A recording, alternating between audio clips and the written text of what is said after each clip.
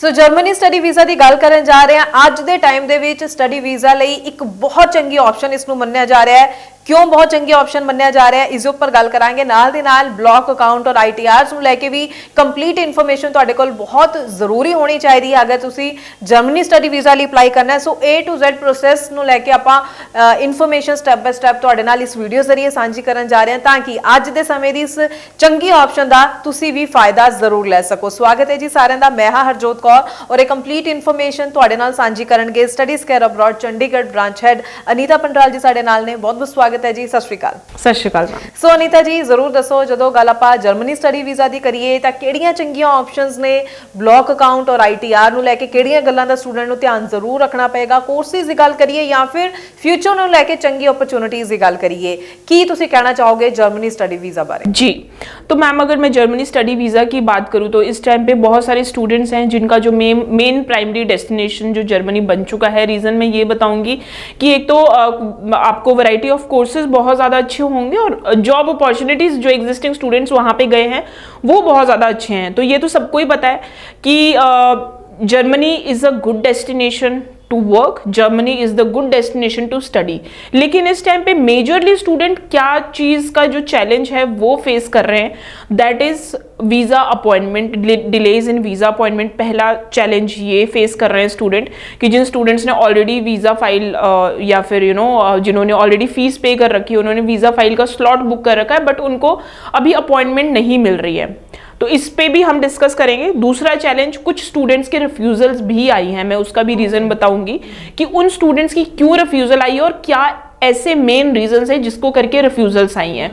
तीसरी चीज़, किन स्टूडेंट्स को जर्मनी टारगेट करना चाहिए और किन स्टूडेंट्स को जर्मनी अवॉइड करना चाहिए, looking at the scenario, looking at our research, looking at हमने बहुत सारी यूनिवर्सिटीज से बात करी है, हमारी हाई कमीशन से भी कुछ केसेस पे बात हुई है। तो इन सारी चीज़ों को करके जो एक आपका एक डिसीजन हुआ है वो मैं आपको आज ज़रूर बताऊंगी। तो पहली चीज़ हम बात करते हैं वीज़ा अपॉइंटमेंट की। तो yes, most of the students are facing the delay in visa appointment. बहुत सारे स्टूडेंट्स हैं वो कोशिश करते हैं कि मे बी कहीं से हमें अपॉइंटमेंट मिल जाए, कुछ हो जाए। ऐसा कुछ नहीं है। लाइक हमने जर्मनी बहुत प्रमोट किया है, बहुत सारे स्टूडेंट्स को भेजा है, लेकिन जो वीज़ा अपॉइंटमेंट का डिले है वो सबको ही है, वीज़ा अपॉइंटमेंट का डिले। ठीक है, इस चीज़ के लिए आपके पास सोल्यूशन एक ही है कि आप टाइम से अपनी वीज़ा फाइल लॉन्च करें। आप जब भी अपनी वीज़ा फाइल लॉन्चमेंट के लिए यानी कि अगर आप कोई भी इनटेक चूज़ कर रहे हैं तो आप अपने वीज़ा फाइलिंग और इनटेक के बीच में कम से कम 3 से 4 महीने का गैप रखें। रीज़न मैं इसलिए बता रही हूँ आपको क्योंकि जर्मनी में पहली चीज़ है आपको रोलिंग इनटेक मिल जाएंगे। जो यूनिवर्सिटी जनवरी इनटेक में अवेलेबल है वो मार्च में भी होगी, जो मार्च में अवेलेबल है वो मई में भी होगी।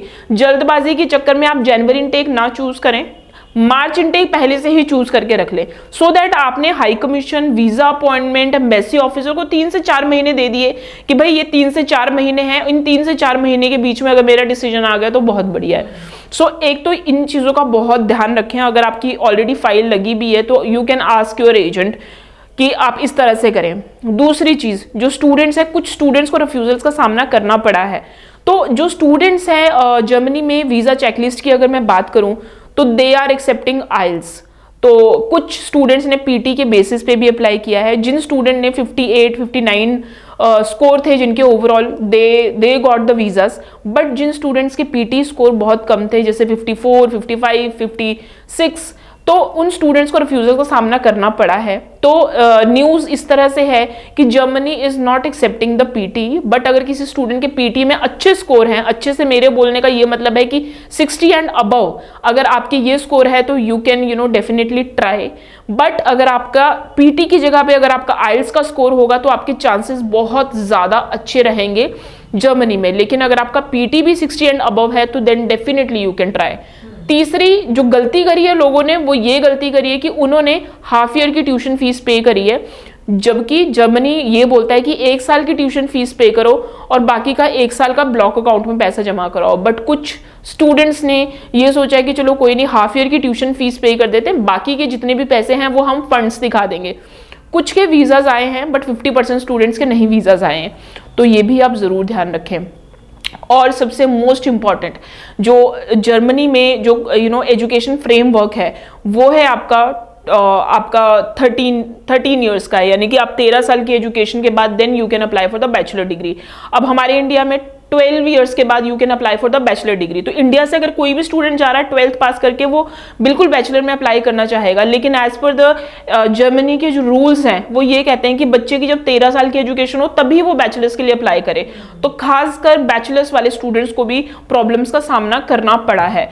तो मैं अब इन सारी प्रॉब्लम्स को देखते हुए, इन सारे सिनेरियो को देखते हुए सारे स्टूडेंट्स को यही कम्युनिकेट करना चाहती हूँ कि कौन से स्टूडेंट्स जर्मनी में अप्लाई करें अपकमिंग इनटेक के लिए। पहली चीज़ आप दैन रखें, जैसे कि मैंने आपको अभी भी बताया है कि जब भी आप इनटेक चूज करें तो अपना जो इनटेक है उसमें 3 से 4 महीने का गैप जरूर दें, सो दैट आप वीजा अपॉइंटमेंट के लिए एक विंडो दे दें और वीजा ऑफिसर को डिसीजन के लिए एक विंडो दे दें। आपको इनटेक चूज करने में कोई प्रॉब्लम नहीं आएगी, क्योंकि हर रोलिंग इनटेक अवेलेबल होंगे, वही जनवरी में, वही मार्च में, वही मई में, वही आपका जून जुलाई में भी अवेलेबल होगा। ठीक है, पहला आप ये चीज करें। आइल्स की कोशिश करें कि आइल्स के साथ अप्लाई करें। अगर आपने आइल्स के साथ अप्लाई किया, आपके ओवरऑल 5.5 भी हैं, तब भी आपके वीजा के चांसेस ज्यादा अच्छे हैं कंपैरेटिवली अगर आपके पीटी में 60 हैं। तो बेटर अगर आप आइल्स करो तो ज्यादा बेटर है। जिसने आइल्स किया उनके वीजा चांसेस काफी अच्छे देखने को मिले हैं। तीसरा, 1 साल की ट्यूशन फीस अप्लाई करें, 1 साल की ट्यूशन फीस के साथ अप्लाई करें और ब्लॉक अकाउंट में पूरा पैसा जमा कराएं। लेकिन ब्लॉक अकाउंट में जो आप पैसा जमा कराएंगे, डू नॉट चूज इंडियन, जैसे कोटक महिंद्रा में भी कुछ लोग करवाते हैं, तो जो वहां के जर्मन के जो बैंक है वहीं पे पैसा जमा कराएं, बिकॉज वो उन्हीं को प्रेफरेंस देते हैं। लास्ट, मास्टर्स वाले स्टूडेंट्स जो सोच रहे हैं अप्लाई करने के लिए, तो मैं आपको यही कहूंगी कि मास्टर्स वाले स्टूडेंट्स के लिए बहुत ब्राइट है, मास्टर्स वाले स्टूडेंट्स अप्लाई करें, बिकॉज मास्टर्स वाले स्टूडेंट्स के जो वीजाज है वो बहुत ज़्यादा देखने को भी मिले हैं और मास्टर्स वाले स्टूडेंट्स के लिए ऐसा कोई हर्डल भी नहीं है। तो अगर कोई स्टूडेंट है वो बैचलर इंडिया में कर लिया है और वो अपने लिए कोई ऑप्शन देख रहे हैं, तो बिल्कुल आप जर्मनी कर सकते हैं। वीज़ा चांसेस बहुत अच्छे रहेंगे। They are looking for the students जो कि मास्टर्स के लिए आएंगे, बिकॉज उनको भी कहीं ना कहीं देखना है कि उनके पास, अगर मैं जॉब अपॉर्चुनिटीज की बात करूं तो जितने भी हेड ऑफिसेज हैं, हेड क्वार्टर्स हैं, जितने भी बड़ी बड़ी कंपनीज के हैं जो कि हम रोज की लाइफ में यूज करते हैं, जैसे हम गूगल, पेपाल या फिर हम इंस्टाग्राम, फेसबुक, लिंक्डइन, इनके सबके हेड ऑफिसेज यूरोप में हैं। और ये मास्टर्स वाले स्टूडेंट्स क्यों देख रहे हैं, बिकॉज अगर आप इन कंपनीज में, इन एमएनसी कंपनीज में अगर आप काम कर रहे हो तो एटलीस्ट आपकी क्वालिफिकेशन मास्टर्स तो होनी चाहिए, तो आप यहाँ पे जाके बड़े इजीली काम कर सकते हो। दैट इज द रीजन जो मास्टर्स हैं आने वाले टाइम में इनका बहुत ज्यादा बूम पे जाएगा। Visa success rate will be high because they are looking for the worker who has done the masters. So this is the latest update for the Germany. You can choose Germany very wisely. अगर फिर भी आपको confusion है, you can call us on the below given number. जी बिल्कुल। सो देखो बहुत ही खास points जो है अनीता जी ने आज ਦੀ ਵੀਡੀਓ ਜ਼ਰੀਏ ਜਰਮਨੀ ਸਟੱਡੀ ਵੀਜ਼ਾ ਨੂੰ ਲੈ ਕੇ ਪੂਰੀ ਕਲੈਰਿਟੀ ਤੁਹਾਡੇ ਨਾਲ ਸਾਂਝੀ ਕੀਤੀ ਹੈ। ਸੋ ਇਸ ਇਨਫੋਰਮੇਸ਼ਨ ਦਾ ਤੁਸੀਂ ਜ਼ਿਆਦਾ ਤੋਂ ਜ਼ਿਆਦਾ ਫਾਇਦਾ ਜ਼ਰੂਰ ਲਓ। ਜਿਵੇਂ ਕਿ ਅਨੀਤਾ ਜੀ ਨੇ ਕਿਹਾ, ਕੋਈ ਵੀ ਸਵਾਲ ਹੈ ਤਾਂ ਤੁਸੀਂ ਜਿਹੜਾ ਨੰਬਰ ਡਿਸਪਲੇ ਹੈ ਇਸ ਉੱਪਰ ਕਾਲ ਕਰੋ, ਸਹੀ ਇਨਫੋਰਮੇਸ਼ਨ ਦੇ ਨਾਲ ਹੀ ਅੱਗੇ ਵਧੋ। ਜਾਂ ਫਿਰ studies care abroad Chandigarh office ਵੀ ਤੁਸੀਂ ਵਿਜ਼ਿਟ ਕਰ ਸਕਦੇ ਹੋ। ਆਪਣੇ ਡਾਕੂਮੈਂਟਸ ਨਾਲ ਲੈ ਕੇ ਜ਼ਰੂਰ ਜਾਇਓ ਤਾਂ ਕਿ ਅਸੈਸਮੈਂਟ ਕੀਤੀ ਜਾਏ, ਉਸ ਦੇ ਅਕੋਰਡਿੰਗਲੀ ਰਾਈਟ ਆਪਸ਼ਨਸ ਤੁਹਾਨੂੰ ਟਾਈਮਲੀ ਗਾਈਡ ਕੀਤੀਆਂ ਜਾ ਸਕਣ। ਬਹੁਤ ਬਹੁਤ thanks Anita ji. Germany study visa ਨੂੰ ਲੈ ਕੇ ਬਹੁਤ ਸਾਰੀ ਖਾਸ ਗੱਲਾਂ ਤੁਸੀਂ ਅੱਜ ਸਟੂਡੈਂਟਸ ਨੂੰ ਸਮਝਾਈਆਂ ਨੇ। ਅੱਗੋਂ ਵੀ ਅਸੀਂ ਸਟੂਡੈਂਟਸ ਲਈ ਇਸੇ ਤਰ੍ਹਾਂ ਨਾਲ ਹੋਰ ਇਨਫੋਰਮੇਟਿਵ ਵੀਡੀਓਜ਼ ਲੈ ਕੇ ਆਉਂਦੇ ਰਵਾਂਗੇ। ਫਿਲਹਾਲ ਹੀ ਦਿਓ ਜੀ ਇਜਾਜ਼ਤ। Thank you so much. Thank you.